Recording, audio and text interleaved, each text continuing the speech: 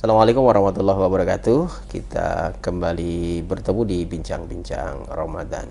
Dan untuk kesempatan ini saya bersama Mbak Lucy, salah seorang dosen Fakultas Ilmu Kesehatan, program studi Ilmu Keperawatan. Oke, topik kita hari ini adalah bicara tentang tips sehat berpuasa. Nabi dalam sebuah hadis mengatakan bahwa berpuasalah kamu, maka kamu sehat. Nah, bagaimana sih kita menjadikan puasa itu menjadikan diri kita akan sehat, atau seperti apa nanti kita akan bincang lebih jauh dengan Mbak Lucy. Oke, Mbak Lucy. Kalau ngomongin puasa dan sehat memang satu sinkron ya? Iya. Karena puasa itu sebenarnya salah satu faktor yang bisa membuat seseorang menjadi sehat. Ya, jadi dia sangat sinkron. Dari mana faktornya itu seseorang itu bisa sehat dengan berpuasa itu? Iya, puasa itu kan kita mengendalikan semua hal, termasuk tentang makanan yang kita konsumsi berhari-hari. Jadi ada beberapa penyakit seperti diabetes, hipertensi, di mana itu kan ada pengontrolan makanan. Nah, jadi kalau orang berpuasa, dia dengan dia bisa mampu mengontrol tadi tentang makanan-makanan tadi. Jadi asupan gulanya berkurang, kemudian makanan-makanan yang bisa menyebabkan hipertensi juga bisa dihindari. Nah, itu salah satu sebenarnya yang dapat mengatakan bahwa puasa itu memang baik. Jadi artinya ada beberapa penyakit yang bisa ditekan. Ya. Dengan proses berpuasa ini. Ya, betul. Atau juga mungkin misalnya kalau orang mungkin akan bertanya-tanya juga, kenapa orang sebelum operasi itu juga dianjurkan untuk tidak makan dan minum sekian jam gitu. Ya. Itu mungkin bisa jadi juga kalau boleh di sekilas mungkin apa sih, Mbak? Iya. Sebelum operasi itu memang diwajibkan puasa. Karena yang pertama adalah untuk pengosongan isi dari mulai lambung sampai ke usus. Oh, gitu. Jadi kan saat di operasi itu kan ada beberapa obat yang dimasukkan. Kemudian kalau misalnya dia tetap tidak dipuasakan, efeknya adalah salah satunya dari obat bius saja. Pada saat nanti dia bangun, itu obat bius itu kan efeknya salah satu muntah, bisa muntah. Nah, kalau dia tidak berpuasa, kita bayangkan apa yang terjadi. Jadi pengosongan itu sebenarnya untuk mempermudah juga proses tindakan untuk operasi tersebut. Jadi kayak sinkron banget ya. Iya. Kalau syariat Islam menganjurkan berpuasa dan Nabi mengatakan puasa itu sehat, ternyata dalam konteks kesehatan orang mau operasi berpuasa dan itu bagian dari proses untuk menjadikan operasi itu lancar gitu ya. Dan salah satu manfaat puasa itu adalah meningkatkan daya pola pikir seseorang. Itu ada secara teori. Oh, gitu. Ya, jadi puasa itu dia bisa meningkatkan kemampuan seseorang untuk berpikir. Kemudian bisa meningkatkan metabolisme tubuh. Jadi manfaat puasa itu sangat luas sebenarnya. Dan luar biasa sekali seperti yang saya bilang tadi. Kalau bicara soal pola, ini ya, pola di luar Ramadan itu kan biasa kita makan 3 kali sehari. Ya. Ada pagi sarapan, makan siang, dan makan malam gitu. Kalau Ramadan kan berubah tuh. Iya, polanya berubah, sahur dan buka. Perubahan pola ini berpengaruh nggak terhadap secara kesehatan gitu, Mbak? Sebenarnya polanya terpengaruh itu bila pada saat kita kan kalau kita berpuasa itu kan berbuka dan sahur itu pada malam hari. Ya. Nah, kalau secara kesehatannya malam hari itu sebenarnya tidak dianjurkan untuk mengkonsumsi makanan yang berat. Sebenarnya pas itu. Tidak boleh ya. Karena kan kita sahur itu kan di jam 3, jam 4 gitu kan. Terus pola kita makan misalnya teratur sehari 3 kali. Nah, seringkali kalau puasa kita kebablasan. Pada saat berbuka puasa, nah kalau ingin tetap menjadi sehat, makanya pada saat kita berbuka puasa, itu konsumsilah sesuai dengan takarannya. Jangan malah berlebihan. Sering kan ada istilah lapar mata. Pada saat mau berbuka semua dibeli, kemudian melahap semuanya dengan sampai sudah sangat kenyang sekali ya, Mas ya. Nah, itu yang tidak baik sebenarnya. Tapi kalau polanya berubah, itu tergantung kita menjadi baik tidak baiknya, bagaimana takaran kita makan setelah berbuka. Kemudian setelah berbukanya, itu ada jarak antara setelah berbuka dengan waktu tidur. Nah, itu harus dicermati hal-hal seperti itu kalau ingin tetap menjadi sehat. Jadi artinya sebenarnya pola yang berubah tadi dari makan 3 kali sehari ke sahur dan buka sebenarnya nggak terlalu jadi persoalan secara kesehatan. Tinggal bagaimana pola konsumsinya. Ya, hanya saja mungkin yang berpengaruh seperti pasien-pasien yang menderita penyakit yang wajib minum obat teratur, seperti misalnya hipertensi. Itu kan biasanya per 8 jam gitu ya? Ya, biasanya kan dia harus 3 kali sehari, artinya kan hitungannya per 8 jam. Kalau tidak puasa, kita enak menghitung polanya, 8 jam dari jam 8 pagi, 8 jam kemudian, 8 jam kemudian. Nah, tapi kalau berpuasa, mungkin ini agak sedikit mengganggu pola tidurnya nantinya, karena dia akan membagi 8 jam itu di malam hari. Nah, ini mungkin yang agak berpengaruh juga kalau kita lagi di kondisi puasa sebenarnya. Oke. Nah, secara konsumsi mestinya itu kan dari 3 kali sehari menjadi 2 kali sehari itu, secara matematisnya itu mestinya berkurang kan Mbak Lucy ya? Ya. Tapi faktanya kan kadang-kadang kita itu justru pas puasa lebih banyak mengkonsumsinya gitu ya. Nah, itu faktor apa sih sebabnya kok bisa semestinya kita cuma 2 kali kok justru yang kita konsumsi jauh lebih banyak daripada yang 3 kali sehari? Karena itu tadi kalap mungkin ya. Kalap ya, faktor kalap. Karena kan sebaiknya kan ada beberapa hal yang harus kita perhatikan pada saat berbuka. Yang pertama, apa yang kita makan. Nah, itu yang menarik tuh. Apa yang kita makan dianjurkan secara kesehatan Kementerian Kesehatan RI itu menganjurkan sebaiknya saat berbuka itu minum air putih dulu. Air putih. Iya, air putih dulu. Kemudian minum yang makan yang manis dan dianjurkan itu lebih ke kurma. Kurma. Ya. Kurma itu berapa banyak? Ganjil ya, 3 misalnya gitu kan. Tetap ganjil. Bukan 13 ya? Jangan. Kebanyakan. Jangan ya, karena ada karbo juga di kurma. Kemudian setelah itu, kalau nggak ada kurma, kalau nggak ada kurma, kita boleh berbuka dengan yang manis, tetapi usahakan kadar gulanya rendah. Apa misalnya tuh? Kalau kayak kita sering kolak ya, kolak, tapi kalau bisa kolaknya tidak dicampur dengan 2 gula. Kan kita udah gula aren, kemudian gula putih, gula tebu. Atau salah satu? Sebaiknya gula aren aja. Ya, karena kalau gula tebu, zat gulanya juga lebih tinggi. Jadi yang DM tadi yang kencing manis, dia nggak jadi stabil dong DM-nya, gula darah di tubuhnya, malah tambah meningkat karena banyak konsumsi gula. Gitu. Kemudian hindari yang dingin-dingin, yang terlalu dingin. Seperti kita kan kebablasan nih, tiap buka pasti ada wajib pakai es. Kebanyakan seperti itu. Sebenarnya sangat tidak baik. Kalau boleh kita katakan tidak sehat. Dianjurkan tidak. Dianjurkan tidak. Ya, Kenapa itu?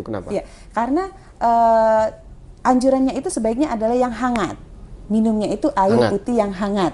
Kenapa tidak boleh es? Ya. Kenapa tidak boleh es? Karena pada saat kita berbuka langsung dengan yang dingin, itu dia akan membuat refleks pada lambung itu menjadi kaget. Asam lambung kita akan meningkat.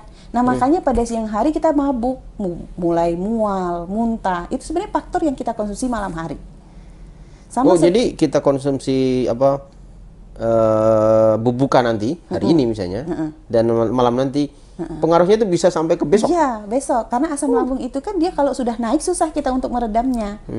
Ya, jadi salah satu faktor peredamnya tadi makanan yang kita konsumsi pada saat berbuka dan sahur itu usahakan tidak mengandung gas yang bisa atau bisa menyebabkan peningkatan asam lambung. Nah, kayak sayur-sayuran itu baik, tetapi usahakan yang berwarna hijau. Kenapa? Karena gasnya sedikit.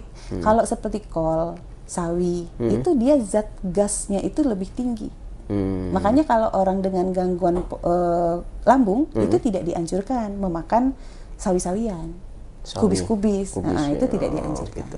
Jadi pola dibuka di awal pembuka itu sebaiknya air putih dan makanan yang manis-manis. Ya, kenapa air putih? Karena kan di tubuh kita ini persentase cairan lebih tinggi. Gitu. Kalau kita kebiasaan ini ya, karena siangnya itu puasa kemudian rasanya lemak galau, enak semua. Yang tersedia itu ada kolak, ada lagi minuman manis, jus mungkin, ada lagi nasi pula, nasi habis maghrib mungkin misalnya, gorengan pula kan? Itu bagaimana kira-kira Mbak Lucy? Tadi ya, nah kalau saya menyikapinya adalah yang pertama setelah kita mengkonsumsi yang manis sebaiknya kurma tadi, itu setelah mungkin kita jedahkan dengan sholat maghrib dulu, baru langsung konsumsi karbonya adalah nasi. Nah kalau nanti ada kolaknya apa? Kolak ubi, karbo lagi. gorengan, ada karbo, ada. Nah, itu kayaknya kasihan tubuh kita. Dia akan menumpuk kan, karbonya menjadi lebih banyak, zat gulanya menjadi lebih banyak. Akhirnya inilah yang menjadi malah faktor pencetus timbulnya atau meningkatnya penyakit-penyakit kita. Karena kita tidak mengkonsumsi hal-hal yang sehat selama puasa. Kalau memang puasanya mau sehat, maka konsumsi makanannya diimbangi dengan hal-hal yang sehat juga. Seperti itu. Ukuran kelebihan karbo itu apakah ukurannya kenyang atau memang dari faktor makanan yang kita makan? Dari bahan yang kita makan? Dari jenis bahan makanan. Bahan makanan. Iya. Karena kan nasi itu karbonya sudah tinggi. Iya, kita campur dengan ubi. Kemudian ada juga sambal kentang misalnya. Nah, itu udah tambah mie instan. Jadi walaupun sebenarnya kita itu tidak merasa kenyang dari sekian banyak karbo tadi, sebenarnya itu sudah berlebih gitu ya. Iya, tapi harusnya kalau kita mengkonsumsi karbo, kita harusnya kenyang. Harus kenyang. Ya, karena kan karbo itu menyebabkan salah satunya menyebabkan faktor kenyangan karena energinya banyak dari situ. Apalagi karbonya banyak ya. Ya. Oke, itu kalau dibuka itu bisa usahakan air putih yang hangat ya, hangat kuku mungkin. Terus kemudian yang manis. Kalau sahur? Kalau sahur, gimana itu? Ya, kalau sahur air putih tetap. Karena dalam satu malam itu kita menggantikan cairan tubuh kita yang satu hari tidak terkonsumsi tadi minimal adalah 2 liter. Jadi dalam satu hari itu kita mengkonsumsi satu malam itu konsumsi 2 liter. Usahakan sebelum berbuka, setelah makan nasi, sebelum bersahur biasanya, setelah sahur, sama sebelum kita habis masa imsak itu ya. Nah, itu 1 gelas lagi. Usahakan paling sedikit kita 2 liter. Paling sedikit? Paling sedikit kita 2 liter. Air putih ya? Air putihnya. Bukan air campuran yang lain-lain warna-warna itu? Air putihnya. Sebenarnya hitungan 2 liter itu air campuran itu sudah masuk hitungan. Tetapi itu bukan tidak sehat. Sebaiknya jangan. Kayak teh itu kan dia molekul yang melekat di teh itu susah untuk dibersihkan di dalam usus dan lambung kita. Mungkin kita kasih kiasan tentang gelas yang kita sering pakai untuk mengaduk teh. Coba kita perhatikan di sisi-sisi gelas itu akan ada plek-plek yang menempel. Nah, seperti itu juga dia masuk ke dalam tubuh kita. Jadi kalau dibilang bagus, tergantung takaran sebenarnya. Bagus tidak bagus, semua makanan itu tergantung takarannya. Jadi kalau pas sahur, karbohidrat harus, protein harus, proteinnya bisa berupa telur. Telur itu protein yang paling baik sebenarnya, karena dia banyak mengandung zat-zat yang memang untuk kekuatan tubuh kita lebih baik di telur. Boleh ikannya ikan yang berlemak. Nah, ikan yang berlemak itu kayak salmon, kemudian ikan. Kalau salmon mahal tapi ya. Apa yang agak murah tapi? Agak murah. Yang berlemak itu kalau ikan sungai bagus juga. Bagus ya? Iya, ikan sungai bagus juga. Ikan laut mungkin cari yang sarden. Sarden itu bagus. Itu kalau untuk ikan-ikanan. Ayam bagus. Ayam bagus. Ya, tetapi tadi lihat juga ayamnya kan. Sekarang banyak ayam yang satu hari langsung jadi besar gitu misalnya kan. Nah, karena disuntik atau apa, itu juga ada efek bahayanya juga. Itu kalau bersahur. Kalau kita bicara faktor mepet. Nah, ini kan biasanya anak kos, sudahlah tidak masak, yang ada cuma mie, mie instan, comot aja mie instan tuh, entah mie goreng, entah mie rebus, lalu kemudian dia pakai untuk sahur, dengan harapan ya daripada tidak sahur, ketemunya jadilah gitu, atau ketemu nasi dikit campur nasi lagi, itu gimana Mbak? Sehat tidak itu? Bilang sehat tidak sehat? Faktornya banyak. Banyak faktor. Tapi lebih baik? Sebaiknya tidak. Sebaiknya tidak. Karena kalau kita mencampurkan mie dan nasi itu karbo dengan karbo. Itu yang pertama. Oke lah diceplokkan telur 1 misalnya gitu. Itu karbo juga? Tidak, dia protein bagus. Proteinnya. Tetapi di mie instan itu yang tidak baik adalah dari bumbunya. Kalau seseorang itu menderita gastritis atau MAH, bumbunya itu dia bisa merangsang asam lambung kita. Sehingga selama puasa tadi sehari-hari kita merasa tidak nyaman karena asam lambung kita meningkat. Nah, jadi kalau mie itu yang pertama tidak baik dari faktor bumbunya, kemudian dia kan ada zat pengawet pasti di situ. Nah, bagaimana pengolahannya? Kan merebus mie itu kan harus 2 kali nih. Yang pertama dibuang airnya dulu, setelah direbus pertama baru nanti kita rebus ulang. Itu sebaiknya seperti itu. Tetapi kan kalau anak kos kata Mas tadi kan, faktor kepepet tadi, serba cepat. Ya. Nah, sebaiknya tidak dilakukan. Ya, apa salahnya mungkin disiaplah beli sambal tempe misalnya, karena kan protein tempe juga tinggi. Atau misalnya ada ketemu pisang, mungkin ya pisang bagus. Jauh lebih sehat mungkin ketimbang mie instan tadi ya. Iya, tapi Indonesia asli tidak ketemu karbo, tidak terasa makan. Iya, tidak terasa makan. Oke, jadi pola dibuka, pola di sahur itu memang harus dijaga. Ya. Nah, kalau bicara soal berat badan atau orang-orang yang biasa melakukan, kita berdua tersindir gini. Kalau biasa orang diet itu, biasanya pas puasa itu cukup berhasil. Ya, turun misalnya, bisa jadi 2 atau 3 kilo turun itu. Begitu Lebaran drastis lagi naik. Gitu. Itu sesungguhnya apa yang terjadi, Mbak? Perubahan pola makan. Perubahan pola makan lagi ya. Dari tadi teratur, dia memang punya motivasi untuk diet yang bagus. Nah, selama puasa. Selama puasa. Ya. Dia makan karbonya terbatas. Nah, tadi aturan mungkin kan makan karbo, tidak gorengan dan sebagainya. Jadi BB-nya menurun. Tapi setelah Lebaran biasanya pola makannya berubah karena semuanya bebas.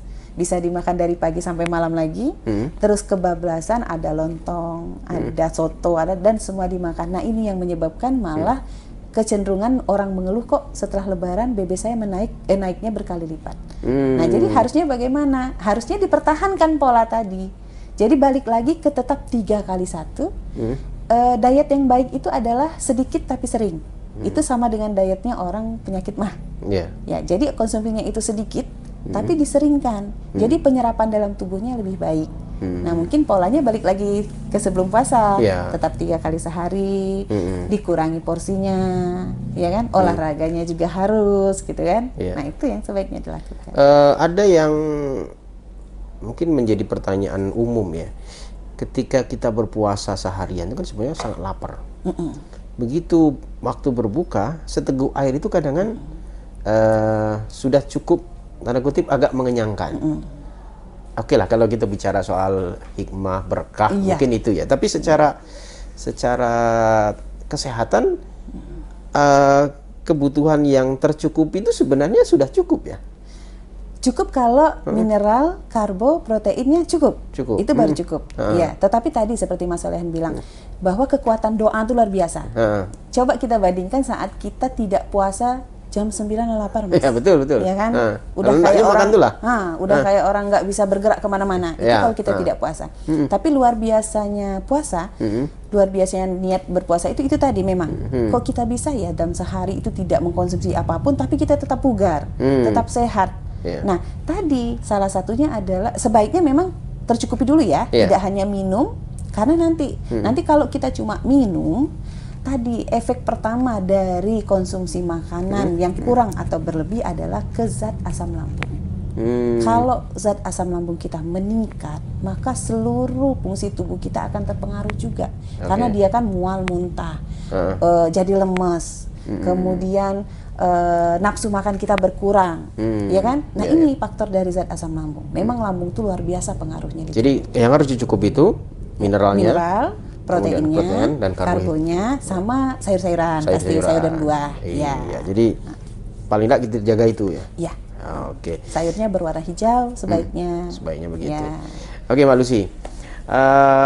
Ramadan kan dengan segala pernak-perniknya ini kan sebenarnya memberikan efek yang sehat luar biasa bagi kita gitu ya.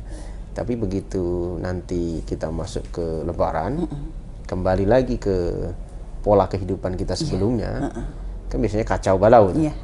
Tadi yang mungkin sempat turun berat badannya 2-3 kilo atau 1 kilo misalnya, dia merasa senang banget gitu kan. Kok dietnya berhasil selama 1 bulan itu kan. Tapi begitu masuk Syawal, kok justru ada peningkatan berat badan lagi gitu. Nah, bagaimana cara menjaga konsistensi apa yang kita lakukan berpuasa selama berpuasa itu, kemudian di luar bulan Ramadan? Ya, yang pertama mungkin kembali kuatkan niat. Ya, niat bahwa saya mungkin untuk pola sehat ya, bukan karena apa-apa. Diet itu sebenarnya karena pola kita untuk hidup sehat, bukan karena pengen. Itu bonus kalau jadi cantik, jadi ganteng, jadi itu bonus. Badannya jadi bagus itu bonus sebenarnya. Tapi hal utamanya adalah karena kita ingin sehat. Nah, karena motivasi tadi apa yang harus kita lakukan? Yang pertama, atur pola makan sebaik mungkin. Jangan pernah lupa sarapan. Jadi kalau ada sarapan itu penting? Iya, sarapan itu penting. Orang bilang kan lebih baik nggak usah sarapan gitu. Tidak, maka sarapan itulah yang paling penting. Karena energi kita butuhkan itu dimulai dari sarapan. Sarapan itu juga sebaiknya jangan lewat dari jam 9. Nah, jadi dari pagi sampai jam 9 itu lakukanlah sarapan. Kalau kita tidak sarapan, maka kita akan kebablasan di jam 10, jam 11, sebelum makan siang kita akan sibuk mencari makan yang berat. Sarapan itu sebaiknya apa? Tergantung kita makannya biasanya apa. Kalau memang biasanya nasi, maka tapi tidak boleh banyak, secukupnya. Ya kan, secukupnya kita merasa sedikit kenyang, maka berhentilah. Nah, nanti boleh tidak makan udapan di sela-sela waktu, boleh di sekitar jam 10, jam 11 kita boleh makan makanan ringan. Nanti jam siang, jam 12, jam 1 kita makan siang, dan juga porsinya harus sedikit. Nah, kita atur kembali sebaik mungkin. Untuk sore hari maksimalkan batas jam 5 sore, karena kita mengimbangi waktu tidur. Kalau kita tidur jam 8, kalau terakhir kita makan jam 5, itu sudah bagus, bisa kita tidur jam 8. Tapi kalau kita tidurnya jam 7, maka kita harus minimal 2-4 jam kemudian kita baru bisa tidur kan, 2 jam aja. Artinya kalau jam 8, jam 10 dong tidurnya. Nah, kalau jam 10 tidur, itu ada gangguan-gangguan lain nanti khawatirnya kan, untuk pola tidur kita terganggu, jadi, kesehatan terganggu. Sobat Kampus dan untuk kita semua sebenarnya, Ramadan itu betul-betul mampu memanage waktu dan termasuk memanage asupan makanan yang masuk ke dalam diri kita ya. Tapi di luar Ramadan sebenarnya kita juga punya harus punya kesadaran gitu ya. Kesadaran bahwa kita juga harus menjaga itu. Jika menginginkan apa yang sudah berhasil dilakukan pada saat Ramadan itu akan bisa dilakukan di luar Ramadan ya gitu. Kalau itu tidak dilakukan ya mungkin ya itu tadi di Ramadan kita bisa turun berat badannya, begitu masuk bulan Syawal dan seterusnya akan kebablasan lagi. Oke, Mbak Lucy, makasih ya. Mudah-mudahan tentunya bisa menjadi inspirasi buat kita, bisa menjadi masukan buat kita. Jadi kuncinya tadi ya 4 ya, mineral yang cukup, asupan makan. Dimulai dengan, kalau puasa itu yang baik, yang pertama dimulai dengan sahur. Sahur yang pas, baik, yang pas. Ada karbonya, ada proteinnya, mineralnya, itu harus. Kemudian olahraga tadi lupa kita bahas, bahwa dalam puasa itu kita harus tetap berolahraga, tetapi mungkin waktunya diubah. Kalau misalnya kita biasa berolahraga di pagi hari, nah kalau pada saat kita puasa itu sebaiknya menjelang berbuka atau setelah sahur boleh berolahraga. Olahraga yang juga yang ringan, misalnya berjalan kaki, bersepeda, angkat berat boleh dilakukan kalau selama puasa. Menjelang akan berbuka. Jadi buat adik-adik yang biasa perang sarung itu bukan olahraga. Itu bukan olahraga. Itu salah. Iya, sudah ada anjuran tidak boleh sekarang. Oke. Jadi paling tidak kita itu harus bisa menjaga 4 hal tadi. 1, mineral yang cukup, kemudian karbohidrat yang cukup, protein yang cukup, dan sayur atau buah yang cukup. Kalau kita mau menjadikan diri kita itu sehat. Mudah-mudahan Ramadan itu bisa menjadikan kita sehat sesuai dengan petunjuk Nabi tadi ya, bahwa puasa itu akan menyehatkan. Tapi sekali lagi semua punya aturan ya. Kalau kemudian kita berpuasa di siang hari dan mulai start berbuka balas dendam, ya insya Allah juga puasanya tidak jadi sehat. Malah justru akan menumpuk-numpuk. Sudahlah pola tidur kita berkurang pada saat Ramadan, asupan makanan yang menumpuk pada saat berbuka, dan plus nanti mungkin maghrib makan juga, setelah maghrib makan juga, atau yang punya kebiasaan yang agak tidak baik lagi adalah habis tarawih makan lagi, dan jarak tidurnya nggak terlalu jauh dari makan berat tadi. Jadi paling tidak kalau buat masyarakat yang mungkin terbiasa makan setelah tarawih, mungkin kira-kira jam 9, ya tidurnya di atas jam 11 lah. Tetapi itu akan mempengaruhi pola tidur akhirnya. Iya, nanti ke sahur juga jadinya. Jadi harus tetap bijak dalam memilih makanan. Jadi jangan gelap mato, jangan lapar mato. Kalau kata orang Bengkulu, segala ndak makan karena kebetulan kita siang hari berpuasa. Jadi harus betul-betul hati-hati. Benar. Terlalu banyak manis salah. Ya. Walaupun Nabi menganjurkan yang manis secukupnya ya. Secukupnya. Semuanya kalau sudah berlebih pasti tidak baik. Sekali lagi makasih Mbak Lucy. Mudah-mudahan menjadi inspirasi buat kita bersama, dan sahabat kampus demikian. Mudah-mudahan ini menjadi sesuatu yang membahagiakan dan memberikan informasi buat kita, dan mudah-mudahan Ramadan ini apa yang ditargetkan tercapai, badan sehat dan juga iman yang kuat. Terima kasih. Assalamualaikum warahmatullahi wabarakatuh.